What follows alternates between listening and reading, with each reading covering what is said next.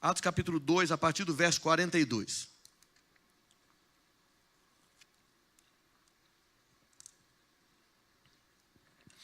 Diz assim a palavra. Atos 2, 42. Em diante. E perseveravam na doutrina dos apóstolos e na comunhão, no partir do pão e nas orações. Em cada alma havia temor, e muitos prodígios e sinais eram feitos por intermédio dos apóstolos. Todos os que creram estavam juntos e tinham tudo em comum. Vendiam as suas propriedades e bens, distribuindo o produto entre todos, à medida que alguém tinha necessidade. Diariamente, perseveravam unânimes no templo, partiam pão de casa em casa e tomavam as suas refeições com alegria e singeleza de coração, louvando a Deus e contando com a simpatia de todo o povo. Enquanto isso, acrescentava-lhes o Senhor dia a dia os que iam sendo salvos. Olha só, irmãos, nós vemos aqui nesse texto a igreja neotestamentária em plena atividade, vivendo uma vida, uma comunhão intensa. E aí nós percebemos aqui algumas funções importantes, eu quero citar pelo menos 4. A função da igreja, o porquê participarmos de uma igreja, o porquê investirmos em nós mesmos e nos nossos irmãos para que juntos sejamos igreja. Primeiro, a igreja precisa gerar conhecimento. Diz o texto que nós lemos aqui, e perseveravam na doutrina dos apóstolos. Que doutrina é essa? São os ensinamentos do Senhor Jesus. É a palavra de Deus, é aquilo que os apóstolos receberam como informação, como verdade, que traz libertação. E aqui o texto está dizendo que a igreja perseverava nisso. Eles investiam tempo nisso, eles buscavam conhecimento, eles se dedicavam ao estudo da doutrina dos apóstolos. Na igreja precisamos aprender mais de Deus. Precisamos ser incentivados a estudar mais. Muitas vezes, irmãos, nós somos incentivados a valorizar tão somente as experiências sobrenaturais, que são importantes. Mas essas experiências sobrenaturais, ou a intimidade com Deus, ela precisa ser norteada pelo estudo da palavra. Porque senão, não entenda mal, mas vira bagunça. E é por isso que nós vemos muitas vezes manifestações por aí que a gente fica na dúvida e fica pensando, puxa, será que isso é de Deus? Será que isso é normal? Será que não estão inventando estratégias demais com alguma finalidade, mesmo que a intenção seja boa? Mas, queridos, os fins não justificam os meios. É por isso que nós precisamos nos apegar ao estudo da palavra. Então, quando nós falamos de igreja, nós não estamos falando de um local, mas nós estamos falando que a nossa comunhão, o nosso relacionamento, e mesmo que reunidos em um local, porque é importante nós termos um templo, glória a Deus porque o temos, este ambiente aqui, a igreja do Senhor Jesus Cristo, isso precisa gerar para cada um de nós crescimento em conhecimento. Eu preciso conhecer mais, irmãos. Você não pode ficar satisfeito em sair daqui sem aprender algo novo. Se isso acontecer, você pode chegar aqui no final do culto e me cobrar e falar, pastor, você vai me desculpar, mas hoje você não falou novidade nenhuma. O senhor precisa se preparar melhor. Pode falar. Se eu ficar emburrado, você está cumprindo o seu papel como meu irmão em Cristo de me exortar. E pode ter certeza que na quinta que vem eu vou mastigar, vou engolir livro, vou ler a Bíblia mais, vou tentar me preparar o máximo possível para trazer algo novo, para que gere aprendizado, para nós sairmos daqui melhores. Amém? Nós não podemos nos contentar em simplesmente viemos, virou um hábito, virou um clube, virou um encontro social. Não pode, irmãos. Precisa gerar conhecimento e precisa atiçar em nós o desejo de aprender mais. Você precisa sair daqui ao mesmo tempo esclarecido, mas também com mais sede, com mais vontade de estudar. Chegar em casa e pegar uma Bíblia comentada, um comentário bíblico e ler e estudar. Os crentes de Bereia foram elogiados em Atos. Sabe por quê? Porque quando eles recebiam a mensagem dos apóstolos, eles iam para a palavra para ver se aquilo que estava sendo pregado era realmente daquele jeito. E eles foram elogiados por isso, pelo zelo com a palavra de Deus e porque eles desejavam conhecer mais e mais e mais. É claro que eu não posso ficar também preso simplesmente em busca de conhecimento. Em busca de conhecimento, eu preciso ter luz na mente, mas eu preciso ter fogo no coração. Eu preciso ao mesmo tempo buscar conhecimento, mas eu também tenho que ter um coração quebrantado, prostrado, rendido, fervoroso diante da presença do nosso Deus. Nós precisamos buscar esse equilíbrio. A própria Bíblia declara sobre ela mesma, ela diz: conhecereis a verdade e a verdade os libertará. Eu preciso conhecer a palavra. Salmo 119, 105 diz: lâmpada para os meus pés é a tua luz para o meu caminho. O que guia a nossa vida, irmãos, precisa ser a palavra de Deus. Então, nunca é demais conhecimento, nunca, muito pelo contrário, é de menos. Nós precisamos buscar mais, nós precisamos buscar mais, nós precisamos buscar mais. Que a igreja, que nós, quando nós nos reunirmos, isso seja gerado no nosso meio, amém? Conhecimento, profundidade da palavra, em nome de Jesus. Outra função da igreja é importante da mesma forma. Antes, deixa eu só citar esses dados aqui, olha. Olha que interessante, o Novo Testamento falando a respeito de ensino, doutrina e exemplo. Jesus é chamado de mestre 42 vezes no Novo Testamento. Isso não é à toa, irmãos. A palavra ensino é citada mais de 175 vezes no Novo Testamento. Só na carta de Paulo a Timóteo, nas duas epístolas a Timóteo, nós vemos 50 referências ao ensino, instrução, doutrina e exemplo. Então a Bíblia fala a respeito e da importância de nós adquirirmos conhecimento bíblico. Aleluia! Dá um glória a Deus aí para eu me animar. Aleluia! Olha só, o segundo, a igreja precisa gerar comunhão. O texto que nós lemos diz: e perseveravam, além da doutrina dos apóstolos, e perseveravam na comunhão. Um pouquinho à frente diz: todos os que creram estavam juntos e tinham tudo em comum. Depois do versículo 44, tomavam as suas refeições com alegria e singeleza de coração. Que coisa tremenda, irmãos. A igreja, então, é para nós desenvolvermos relacionamentos chegados, fazermos amigos, abrirmos o coração, pedirmos ajuda e nos ajudarmos. Sabe o que não pode acontecer, irmãos? Não pode acontecer de nós entrarmos na igreja e sairmos da igreja sem conhecermos ninguém. E eu quero chamar a nossa atenção, porque no nosso caso, isso é mais complicado, porque nós fazemos parte de uma igreja que é uma mega igreja. Graças a Deus, a nossa igreja é muito grande, é um ministério grande e abençoado. Mas por outro lado, isso dificulta a nossa comunhão. Porque dificilmente você consegue sentar do lado da mesma pessoa em todos os cultos. É ou não é verdade? Geralmente numa igreja pequena, as cadeiras já são cativas praticamente. Os irmãos sentam sempre praticamente no mesmo lugar. Numa igreja grande como a nossa, dificilmente isso acontece.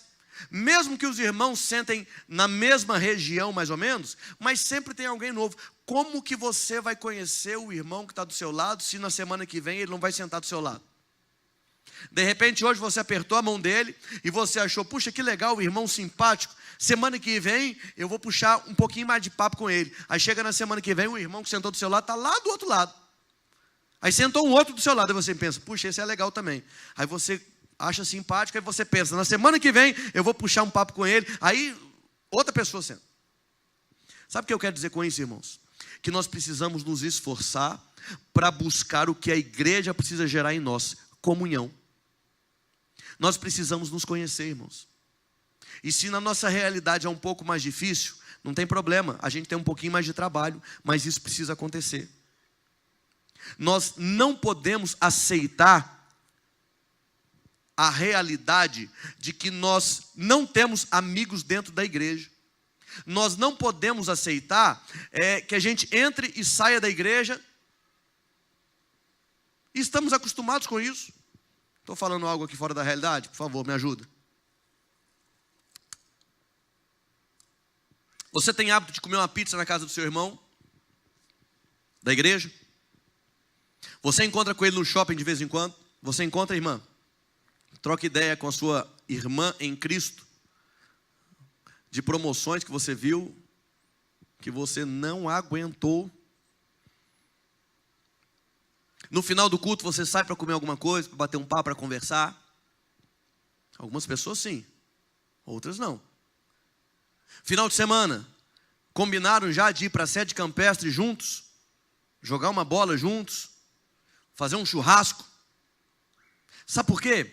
Porque o que a Bíblia está dizendo aqui que nós precisamos gerar entre nós, essa intimidade, por exemplo, como o Tiago nos orienta, de confessarmos pecados uns aos outros para sermos curados e orarmos uns pelos outros. Como é que você confessa pecado para alguém que você nem conhece, que não tem intimidade nenhuma?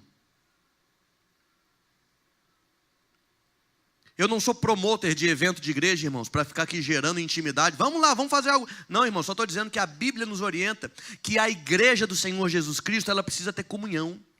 Nós precisamos buscar estratégias de comunhão. É por isso que, por exemplo, a estratégia dos pequenos grupos, ou grupos de comunhão, ou grupos em casa, ou células, não interessa o nome, interessa que haja comunhão. Interessa que a gente se disponha a investir tempo, dinheiro, recursos na igreja do Senhor Jesus Cristo. Para quê? Para nós nos aproximarmos. É por isso que nós incentivamos as pessoas a fazerem parte de ministérios. Os jovens, por exemplo, a gente incentiva, olha, faça parte de um grupo de dança, faça parte de um grupo de teatro, faça parte de um grupo de evangelismo, faça parte de algo, ou em outras palavras, seja igreja. Porque se nós andamos sozinhos, irmãos, nós não estaremos sendo igreja, e isso é um problema, quem está me entendendo? Ah, mas eu vou ter que mexer então na minha rotina, eu vou ter que mexer no meu conforto, eu não gosto de conversar com ninguém. Meu irmão, não é possível que você não goste. E se não gostar, nós vamos quebrar isso aí na sua vida em nome de Jesus, porque Deus nos criou como seres relacionais, isso faz parte da nossa estrutura, Deus nos fez assim. O ser humano, ele é carente de relacionamento. Nós precisamos buscar comunhão uns com os outros, isso é papel da igreja. Outro papel da igreja, a adoração. O louvor ocupa um lugar importante na igreja. É o propósito absoluto da igreja. Desde o início a igreja é marcada pelo louvor, pela adoração. Nós vemos aqui no texto que nós lemos no versículo 43, antes, no versículo 42. E perseveravam nas orações. Versículo 43, havia temor. Verso 46, diariamente perseveravam unânimes no templo, ou seja, eles iam cultuar a Deus. Verso 47, louvando a Deus. Em outras palavras, a igreja é um lugar onde nós precisamos buscar relacionamento íntimo com Deus. Quando nós nos reunimos, irmãos, nós precisamos, no nosso meio, gerar um ambiente onde nós vamos crescer em intimidade com o nosso Deus. Onde você vai ter a liberdade de esquecer um pouco os seus problemas e vai poder levantar a sua mão e vai poder chorar na presença de Deus.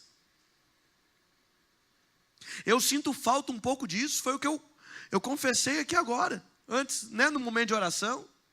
Que essa semana foi uma semana que eu me senti tão pressionado que às vezes secam os nossos louvores, irmãos. Você já sentiu isso? Que às vezes o nosso louvor parece que seca, parece que a gente não consegue orar, a gente não consegue adorar, você não consegue cantar louvores a Deus, isso vai se tornando um hábito, mas nós precisamos lutar contra isso, porque na igreja do Senhor Jesus Cristo, nós, igreja do Senhor, nós precisamos abrir a nossa boca em adoração a Deus. E quando nós nos reunimos, queridos, não é um lugar de apresentação, onde um grupo ministra e nós achamos as vozes bonitas, não, eles estão apenas aqui dando o tom, e só isso. E nos conduzindo e colocando um ritmo. É só isso. Porque na verdade a intenção é que toda a igreja erga a voz em adoração a Deus e possamos crescer em intimidade com o nosso Deus. Para que haja fervor, para que o nosso coração queime. Há quanto tempo o coração não arde? Há quanto tempo você não sente um fogo no coração? Há quanto tempo não há aquele desejo de chorar? Há quanto tempo você não se sente desesperado para chegar o dia de cultuar a Deus? O culto na igreja, o culto da igreja, Precisa ser assim, precisa ser um lugar onde nós abrimos os nossos lábios e cantamos louvores a Deus, e adoramos ao Senhor, e nós crescemos em intimidade. Meu irmão, quando nós nos reunirmos, como estamos reunidos aqui, nós precisamos como igreja nos incentivarmos. Aqui o ambiente precisa ser um ambiente que nos impulsiona à adoração. Precisamos crescer isso semana após semana. Nós precisamos nos reunirmos com a igreja com uma expectativa no coração de que vai ser o melhor dia da nossa existência. Porque nós estamos indo nos encontrar com o nosso Deus, e no nosso encontro com o nosso Deus, nós falaremos com Ele e ouviremos Ele falar conosco através da palavra, mas nós também falaremos com Ele. Falaremos com Ele, adoraremos o Senhor. A igreja precisa proporcionar isso, irmãos. O apóstolo Paulo, na carta aos Efésios, capítulo 5, verso 18 em diante, Paulo ele orienta a igreja a ser cheia do Espírito. E não vos embriagueis com o vinho no qual há dissolução, mas enchei-vos do Espírito. Como que isso pode acontecer? E Paulo dá a receita: falando entre vós com salmos, entoando e louvando de coração ao Senhor, com hinos e cânticos espirituais, dando sempre graças por tudo ao nosso Deus e Pai, em o nome do nosso Senhor Jesus Cristo, sujeitando-vos uns aos outros no temor a Cristo. Então, como é que nós nos enchemos do Espírito Santo, irmãos? À medida que nós vamos rendendo nosso coração em adoração a Deus, cantando com hinos e cânticos espirituais, adorando ao Senhor, orando em todo o tempo. É assim nós vamos ficando cheios do Espírito Santo, com o coração grato, liberando palavras de gratidão a Deus. Você pode fazer isso?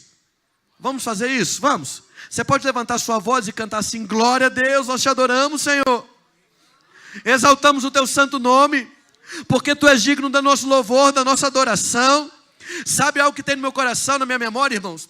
Nós vamos continuar, mas eu me lembro, quando eu me converti, nos convertemos, minha família se converteu na Igreja Batista da Renascença. Depois frequentamos durante alguns anos a Igreja Batista de Vila Marília, e depois eu vim para cá com 17 anos de idade. E eu me lembro que nesse tempo era mais comum de nós, muitas vezes, o culto era dirigido e o pastor falava assim: olha, um a um, cada irmão de uma vez, levante a voz e diga uma frase de adoração. E eu me lembro que às vezes as pessoas começavam com certa timidez e começavam: Deus, tu és grande.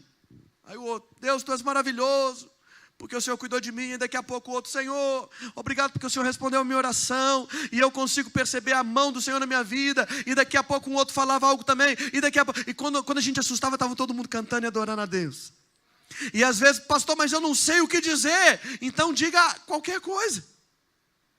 Começa a falar: Deus, tu és bom.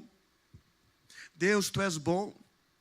Devemos nos lembrar daquilo que Deus faz por nós, das suas promessas, e aí a gente começa a cantar a Deus e declarar as maravilhas de Deus. Vamos fazer isso? Vamos. Enchei-vos do Espírito, entoando cânticos espirituais. Abre a sua boca e comece a entoar cânticos espirituais. Comece a dizer: o Senhor é bom, tua misericórdia, Deus, dura para sempre. Esse é o papel da igreja. Deus, obrigado, Senhor, porque estamos reunidos como igreja, e porque aqui há liberdade para levantarmos a nossa voz e declararmos que tu és bom, que a tua misericórdia dura para sempre. Se você puder levantar sua voz mais alto, irmão, faça isso. Como igreja te adoramos, Deus, exaltamos o teu nome, Senhor. Queremos crescer em intimidade contigo. Santo, santo, santo é o nome do Senhor, digno de ser louvado. Senhor dos senhores, poderoso é aquele que faz muito mais do que nós pedimos ou pensamos. Obrigado porque podemos confiar em ti, Senhor. Tu és bom, a tua misericórdia dura para sempre. Não há Deus como o Senhor. Obrigado pela vida, Deus. Obrigado pela cura. Obrigado pelos nossos filhos. Obrigado pela família, Deus, pela provisão. Deus, nada tem nos faltado, por isso nós te glorificamos. Santo, santo, santo é o nome do Senhor. Toda a terra está cheia da tua glória, Deus. Contemplamos as tuas maravilhas, porque tu és bom e a tua misericórdia dura para sempre. Encha a minha vida, diga isso: encha-me com o Espírito Santo. Encha-me com o Espírito Santo. Encha-me com o Espírito Santo. E, irmãos, à medida que vamos fazendo isso, e vamos criando liberdade na igreja para adorar a Deus, não tenha dúvida, o Espírito Santo vai nos enchendo. O Espírito Santo vai nos enchendo. Talvez num primeiro momento você se sinta travado. Mas eu nunca havia feito isso antes. Mas o Espírito Santo vai colocando no seu coração palavras de adoração, palavras de louvor a Deus. Ele vai te lembrando das maravilhas que Deus fez na sua vida, e o seu coração vai se quebrantando e rendendo diante da glória de Deus, porque a glória de Deus começa a encher a nossa vida, porque isso é papel da igreja. E nessa noite a igreja do Senhor está reunida nesse templo, e nós adoramos o nome do Senhor. Aleluia!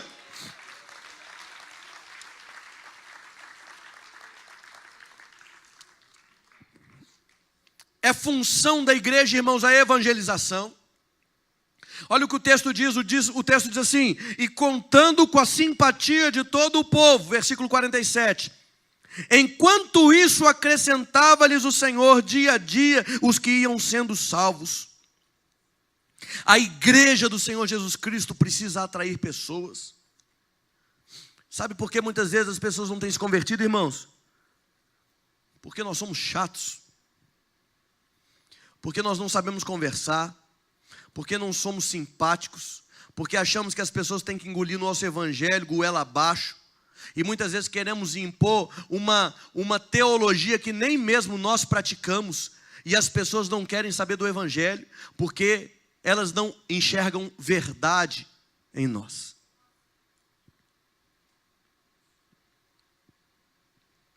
Nós precisamos viver com a convicção de que aquilo que nós pregamos é verdadeiro.